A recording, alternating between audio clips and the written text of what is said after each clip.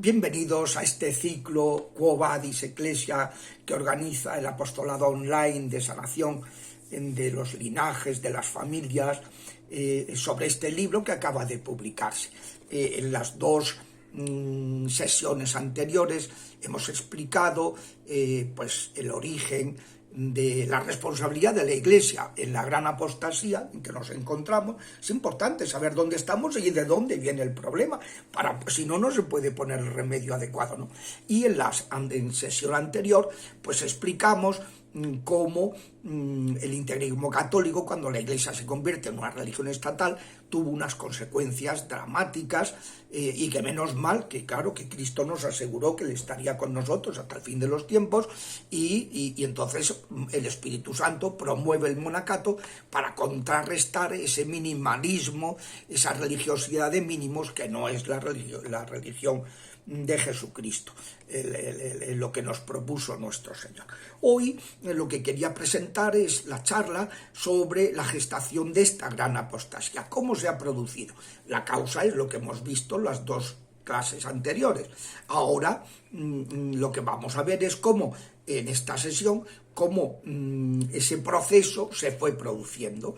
Una iglesia de paganos bautizados, pues claro, una iglesia de mínimos, una iglesia de una espiritualidad minimalista, de un cumplimiento, que en el fondo es cumplimiento, pues esa va dando lugar a cosas que no son apropiadas para la fe, incompatibles con la fe. Y entonces, pues se va gestando una crisis de la cristiandad, progresivamente, mínimos en el primer milenio, pero claro, luego pues en el comienzo del segundo milenio, pues ya, sobre todo en el siglo XIV, pues se produce un gran escándalo. El Papa deja de estar en Roma, los obispos abandonan sus dioses, cuidan sus diócesis, y así basta leer el diálogo de Santa Catalina de Siena para ver el desastre en que se encontraba. Por eso hubo una gran purificación de un tercio de la cristiandad que murió en 3 años. Entre 1348 1350 murió con la peste negra la tercera parte de la cristiandad, ¿no? Y entonces a partir de ahí empieza un proceso de querer renovarse, que fue el Renacimiento, pero ya no apoyándose en los valores cristianos, que están desacreditados por esos escándalos de los pastores, sino en los valores del mundo pagano grecolatino. 2 siglos después, Lutero ya rechaza la Iglesia. Sermón de las Indulgencias, en 1517. 2 siglos después, en 1717, se funda la primera logia masónica moderna, que es el mundo de la Ilustración, ahora la luz del mundo. Ilustración no es Cristo, Dios de Dios, luz de luz, sino Lucifer.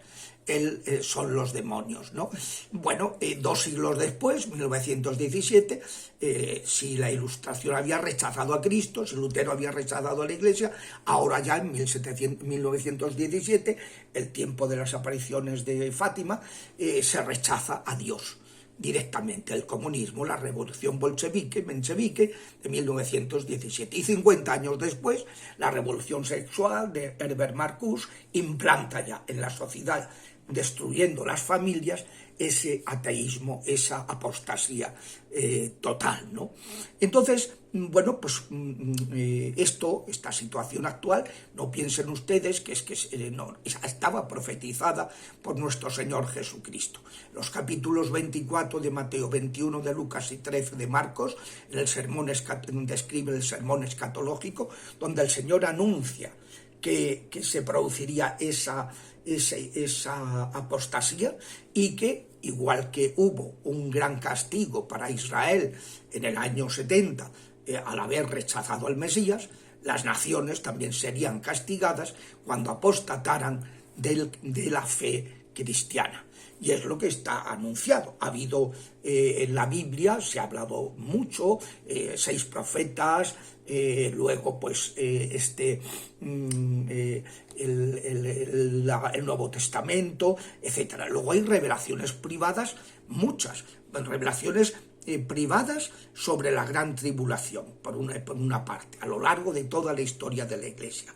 Y luego, en los 200 últimos años, un montón de revelaciones marianas que hablan de llamada urgente a la conversión porque se acerca el momento de la gran purificación.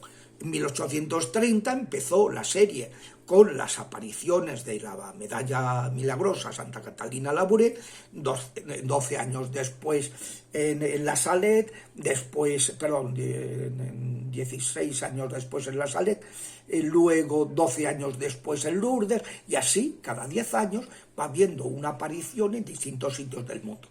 Y a partir de 1960, el momento en que se prepara el Vaticano II, entonces ya hay muchedumbre de apariciones marianas en todo el mundo, simultáneas y con el mismo mensaje. Ha sido una cosa que no había pasado nunca en la historia de la Iglesia, porque anuncian la gran purificación que está tan cercana. María ha sido, por eso la llaman los papas, la pionera de la nueva evangelización, porque en estos tiempos en que no se hablaba del pecado, no se hablaba del infierno, no se hablaba de conversión, la Virgen está hablando de lo que no hablábamos los curas, que es de la urgencia de ese convertirnos al Evangelio.